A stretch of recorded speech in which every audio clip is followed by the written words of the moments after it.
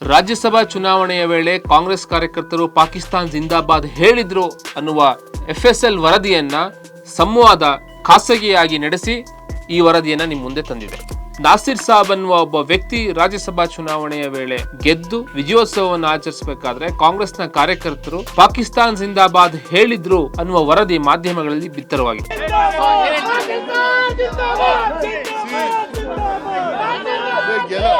ಆದ್ರೆ ಕಾಂಗ್ರೆಸ್ ಇದನ್ನು ಒಪ್ಪಿರಲಿಲ್ಲ. ಇದೊಂದು ಸುಳ್ಳು ಅಂತಾನು ಹೇಳಿದ್ರು ಕಾಂಗ್ರೆಸ್ನ ರಾಷ್ಟ್ರೀಯ ನಾಯಕ ರಣದೀಪ್ ಸುರ್ಜೇವಾಲಾ. ಇದು ಪಾಕಿಸ್ತಾನ್ ಜಿಂದಾಬಾದ್ ಅಲ್ಲ, ನಾಸಿರ್ ಸಾಬ್ ಜಿಂದಾಬಾದ್ ಅಂತ ಟ್ವೀಟ್ ಮಾಡಿದ್ರು. ಪ್ರಿಯಾಂಕಾ ಖರ್ಗೆ ಕೂಡ ಇದು ಪಾಕಿಸ್ತಾನ್ ಜಿಂದಾಬಾದ್ ಆಗಿದ್ದಿದ್ರೆ ಮೀಡಿಯಾದವರು ಯಾಕಲ್ಲಿ ಸುಮ್ನಿರ್ತಿದ್ರು, ಪೊಲೀಸ್ನವ್ರು ಯಾಕೆ ಸುಮ್ನಿರ್ತಿದ್ರು ಅಂತೆಲ್ಲ ಕೇಳಿದ್ದಾರೆ. ನೋಡಿ, ಇದು ಒಂದು ಕಾಲ್ಪನಿಕ ಘಟನೆ. ಆಡಿಯೋನಲ್ಲಿ ಭಾಳ ಕ್ಲಿಯರ್ ಆಗಿ ನಾಸಿರ್ ಹುಸೇನ್ ಜಿಂದಾಬಾದ್, ಸೈಯದ್ ಸಾಬ್ ಜಿಂದಾಬಾದ್ ಅಂತ ಹೇಳೋದು ಕೇಳಿಸ್ತಾ ಇದೆ. ಪಾಕಿಸ್ತಾನ್ ಜಿಂದಾಬಾದ್ ಹೇಳಿದವ್ರನ್ನ ರಕ್ಷಣೆ ಮಾಡುವ ಎಲ್ಲ ಪ್ರಯತ್ನ ಕಾಂಗ್ರೆಸ್ ಮಾಡ್ತು. ಹಾಗಾದ್ರೆ ನಿಜಕ್ಕೂ ಅಲ್ಲಿ ಆಗಿದ್ದೇನು ಅನ್ನುವ ಒಂದು ಕುತೂಹಲ ಸಂವಾದಕ್ಕೆ ಬಂತು. ನಾವು ಕ್ಲೂ ಫಾರ್ ಎವಿಡೆನ್ಸ್ ಅನ್ನುವ ಒಂದು ಖಾಸಗಿ ಏಜೆನ್ಸಿಗೆ ಮಾತಾಡಿದ್ವಿ. ಈ ಸಂಬಂಧ ನಮಗೊಂದು ರಿಪೋರ್ಟ್ ಕೊಡಿ ಅಂತ ಹೇಳಿ ಒರಿಜಿನಲ್ ಫುಟೇಜ್ ಗಳನ್ನ ಅವರಿಗೆ ಕೊಟ್ವಿ. ಕ್ಲೂ ಫಾರ್ ಎವಿಡೆನ್ಸ್ ಒಂದು ಡೀಟೇಲ್ಡ್ ರಿಪೋರ್ಟ್ ಅನ್ನ ಕೊಟ್ಟಿದೆ. ನಿಮಗೆ ವಿಡಿಯೋ ಮೇಲೆ ಕಾಣಿಸ್ತಾ ಇದೆ. ಫ್ರೇಮ್ ಬೈ ಫ್ರೇಮ್ ಅವರದನ್ನ ಚೆಕ್ ಮಾಡಿದ್ದಾರೆ. ಕೊನೆಗೆ ಅವರು ರಿಪೋರ್ಟ್ ಕೊಟ್ಟಿದ್ದಾರೆ. ಅವತ್ತು ವಿಧಾನಸೌಧದಲ್ಲಿ ಕೂಗಿದ್ದು ಪಾಕಿಸ್ತಾನ್ ಜಿಂದಾಬಾದ್. ಪಾಕಿಸ್ತಾನ್ ಜಿಂದಾಬಾದ್ ಅನ್ನೋ ಕೂಗೋರನ್ನ ಕಾಂಗ್ರೆಸ್ ಯಾಕೆ ರಕ್ಷಣೆ ಮಾಡುತ್ತೆ? ವೋಟ್ ಬ್ಯಾಂಕ್ಗೋಸ್ಕರ. ಪಾಕಿಸ್ತಾನ್ ಹುಟ್ಟಿದ್ದು ಅಥವಾ ಭಾರತ ವಿಭಜನೆಯಾಗಿದ್ದು ಮುಸ್ಲಿಂ ರಾಷ್ಟ್ರ ಮಾಡಬೇಕು ಅನ್ನುವ ಉದ್ದೇಶದಿಂದ. ಇವತ್ತು ಭಾರತದೊಳಗೆ ಪಾಕಿಸ್ತಾನ್ ಜಿಂದಾಬಾದ್ ಹೇಳ್ತಾ ಇದ್ದಾರೆ ಅಂದ್ರೆ ಅದ್ರ ಉದ್ದೇಶ ಭಾರತವನ್ನು ಇಸ್ಲಾಮೀಕರಣ ಮಾಡಬೇಕು. ಭಾರತವನ್ನ ಇಸ್ಲಾಮೀಕರಣ ಮಾಡಬೇಕು ಅನ್ನುವ ಉದ್ದೇಶ ಅದು ಭಯೋತ್ಪಾದಕ ಉದ್ದೇಶ.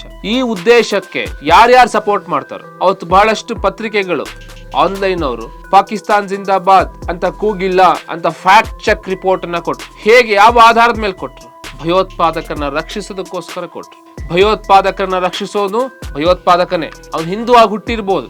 ರಾವಣನೂ ಹಿಂದೂನೇ, ದುರ್ಯೋಧನನು ಹಿಂದೂನೇ. ಆದ್ರೆ ಅಧರ್ಮ ಮಾಡಿದ್ಮೇಲೆ ಅವನು ಅಧರ್ಮಿನೇ. ಅದೇ ತರ ಭಯೋತ್ಪಾದಕರನ್ನ ರಕ್ಷಿಸೋದು, ಭಯೋತ್ಪಾದಕರನ್ನ ಸಪೋರ್ಟ್ ಮಾಡೋದು, ಭಯೋತ್ಪಾದಕರನ್ನ ಕಾನೂನಿನ ಚೌಕಟ್ಟಿನಿಂದ ತಪ್ಪಿಸೋದು, ಇದು ಭಯೋತ್ಪಾದನೆ. ಅದು ಹಿಂದೂಗಳು ಮಾಡಿದ್ರು ಅಷ್ಟೇ, ಮುಸಲ್ಮಾನರು ಮಾಡಿದ್ರು ಅಷ್ಟೇ, ಕ್ರಿಶ್ಚಿಯನ್ರು ಮಾಡಿದ್ರು ಅಷ್ಟೇ.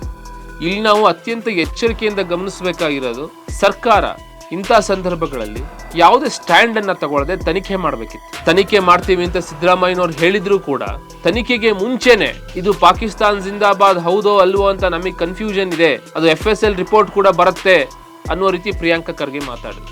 ಅಲ್ಲಿ ನಮ್ಮ ಆಡಿಯೋ ಫೊರೆನ್ಸಿಕ್ ಇದರಲ್ಲಿ ಸಿಕ್ಕಿಲ್ಲ. ಸರ್ಕಾರದ FSL ಬರಲಿ, ತಪ್ಪಿದ್ರೆ ಕ್ರಮ ಆಗುತ್ತೆ. ನನ್ನ ಪ್ರಕಾರ ಮೇಲ್ನೋಟಕ್ಕೆ ಇಲ್ಲ. ಸರ್ಕಾರ ರಚನೆಯಾಗಿ 1 ವರ್ಷ ಆಗ್ತಾ ಬಂತು. ಪ್ರಿಯಾಂಕಾ ಖರ್ಗೆ ಇನ್ನಾದ್ರೂ ಒಬ್ಬ ಮಂತ್ರಿಯಾಗಿ ಮಾತಾಡೋದನ್ನ ಕಲಿಬೇಕು.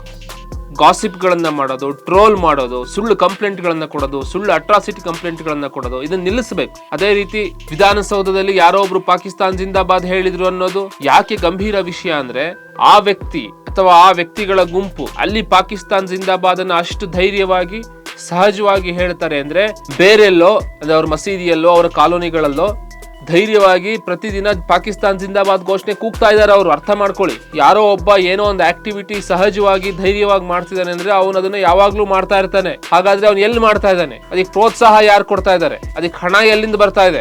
ಇದು ಸರ್ಕಾರದ ತಲೆನೋವಾಗಬೇಕು. ಬರೀ ಈ ಪಾಕಿಸ್ತಾನ್ ಜಿಂದಾಬಾದ್ ಘೋಷಣೆ ಹೇಳಿದಾರೋ ಇಲ್ವೋ ಅನ್ನೋದಷ್ಟೇ ಅಲ್ಲ, ಈ ಭಯೋತ್ಪಾದಕ ಚಿಂತನೆಗೆ ಯಾರು ಪ್ರೇರಣೆ? ಅದು ವ್ಯಕ್ತಿಯೋ ಪುಸ್ತಕವೋ, ಯಾರು ಪ್ರೇರಣೆ? ಅದ್ರ ಬಗ್ಗೆ ಸರ್ಕಾರ ಯೋಚನೆ ಮಾಡ್ಬೇಕು. ಇದು ಬರೀ ಒಂದು ಘೋಷಣೆಯ ವಿಷಯ ಅಲ್ಲ. ಹಿಂದೆ ಕುಕ್ಕರ್ ಬಾಂಬ್ ಬ್ಲಾಸ್ಟ್ ಆದಾಗ ಕೂಡ ಕಾಂಗ್ರೆಸ್ ಆ ಆರೋಪಿಯ ಬಗ್ಗೆ ಮೃದು ಧೋರಣೆ ತೋರಿತ್ತು. DK ಶಿವಕುಮಾರ್ ಅವಾಗ ಏನ್ ಮಾತಾಡಿದ್ರು ಅಂತ ನಮಗೆ ಗೊತ್ತಿದೆ. Delhi or anywhere or in the border of this country like Kashmir or Pulwama or anything, nothing is there. Some fellow might have done some mistake, we don't tell. ಈ ಎಲ್ಲ ಘಟನೆಗಳನ್ನ ನೋಡಿದಾಗ ಒಂದು ಪ್ರಶ್ನೆ ಸಹಜವಾಗಿ ಎಲ್ಲ ಕನ್ನಡಿಗರಲ್ಲಿ ಬರುತ್ತೆ. ಸಿದ್ದರಾಮಯ್ಯನವರ ಮೊದಲನೇ ಟರ್ಮ್ ಇರ್ಬೋದು, ಈಗಿರ್ಬೋದು, ಅಥವಾ ಕಾಂಗ್ರೆಸ್ನ ಯಾವುದೇ ನಾಯಕರು ಇರ್ಬೋದು, ಇಲ್ಲಿವರೆಗೆ ಇಷ್ಟು ವರ್ಷಗಳಲ್ಲಿ ಒಂದು ದಿನವೂ ಈ ಇಸ್ಲಾಮಿಕ್ ಭಯೋತ್ಪಾದನೆಯ ಬಗ್ಗೆ ನೇರವಾಗಿ ಮಾತಾಡಿಲ್ಲಲ್ಲ. ನೀವು ತಪ್ಪು ಮಾಡ್ತಾ ಇದ್ದೀರಾ, ಈಗ ಮಾಡಬೇಡಿ, ಒಂದೇ ಒಂದು ಸಾರಿ ಮಾತಾಡಿಲ್ಲಲ್ಲ. ಯಾಕೆ? ನೀವು ಅವ್ರನ್ನ ಸಪೋರ್ಟ್ ಮಾಡ್ತಾ ಇದ್ದೀರೋ ಅಥವಾ ನೀವೇ ಅವ್ರನ್ನ ಬೆಳೆಸ್ತಾ ಇದ್ದೀರೋ ಅನ್ನೋ ಪ್ರಶ್ನೆ ನಮಗೆ ಬರುತ್ತೆ. ಕೇವಲ ವೋಟ್ ಕೊಡ್ತಾರೆ ಅನ್ನೋ ಕಾರಣಕ್ಕೆ ಭಯೋತ್ಪಾದಕರನ್ನ ರಕ್ಷಿಸೋದು ಖಂಡಿತ ಅಕ್ಷಮ್ಯ ಅಪರಾಧ. ಅದು ಇದು ಹೀಗೆ ಮುಂದುವರಿತಿದ್ರೆ ಈಗಾಗಲೇ ಕಾಂಗ್ರೆಸ್ ಅಂದರೆ ಒಂದು ಇಸ್ಲಾಮಿಕ್ ಪಾರ್ಟಿ ಅನ್ನೋ ಥರ ಆಗ್ತಾ ಇದೆ. ಇದು ಭಾರತಕ್ಕೆ ಒಳ್ಳೆಯದಲ್ಲ. ನಮಸ್ಕಾರ.